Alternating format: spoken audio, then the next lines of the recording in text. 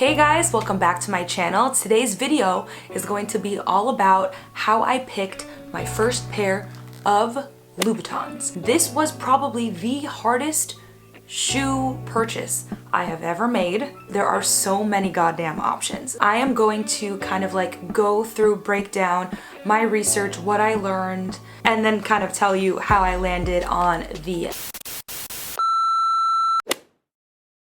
So I'm just gonna kind of read off of my notes that I have here because there are a lot of different parts of this. Going and purchasing a pair of shoes online that are well known around the world to run small and be the most uncomfortable heels that you can possibly own was a huge gamble. And I was like, okay, this is gonna be a very difficult task, but it's fine, we'll do it, we'll figure it out. So the first thing that I kind of narrowed down was the actual stilettos that I wanted to choose from because they do have so many different versions on their website, and the heel height. So I know based on the heels that I already wear and love that I need at least 85 inches to 100 because I have such a big foot. I'm a 9.5 usually. My foot just looks so long when the heel is shorter. So I prefer a higher heel to elongate my foot. Once I narrowed it down to the 3 shoes, I kind of was able to weigh the pros and cons from each style. So the 3 that I was comparing between were the Socate, the Pigalle, and the Pigalle Foley. So the Socate, this was the most popular choice online because they have a longer toe bed in the front, which apparently then makes them more comfortable.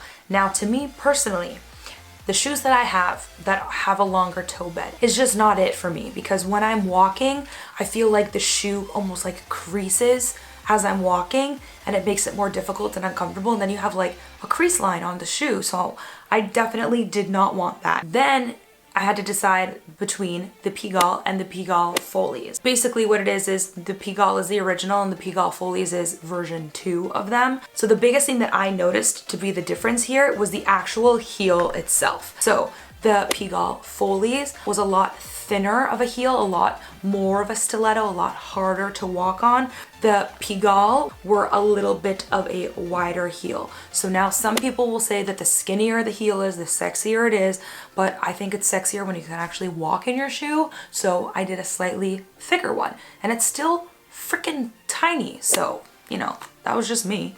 The other huge difference here is that the toe bed is a lot shorter, which then gives you a little bit more toe cleavage, which a lot of people are not a fan of, but some people are a fan of. I actually happen to be indifferent. I feel like when all of your toe cleavage is covered, it almost looks a little bit weird, so it doesn't really bother me too much, but I prefer the shorter toe bed because it's more comfortable to walk in, and I just think that it looks sexier on the foot. And then I really loved this heel width as well. This is like a great comfort solution to me, in my opinion. So I ended up going with the 100mm heel height and the Pigalle, and I absolutely love them. And I ended up purchasing them in a size 39.5.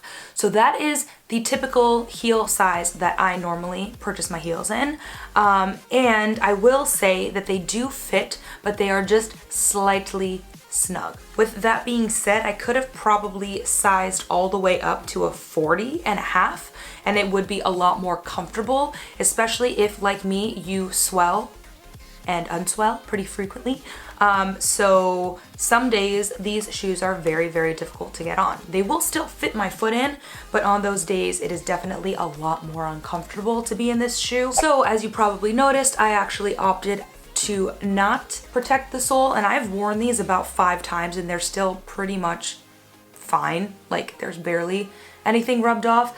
So that makes me wonder, you know, about those ones that you see pre-loved on Poshmark, for example, when people are like only worn once and the entire bottom is completely scrubbed off. No, you didn't. You probably wore them quite a lot, or you did a lot of walking in them, which you're not supposed to do in these shoes. This is a get dropped off at the front door, take 2 steps in, and then wear them mostly indoors type of shoe. To talk about the comfort factor, unpopular opinion, but I actually find them to be quite comfortable.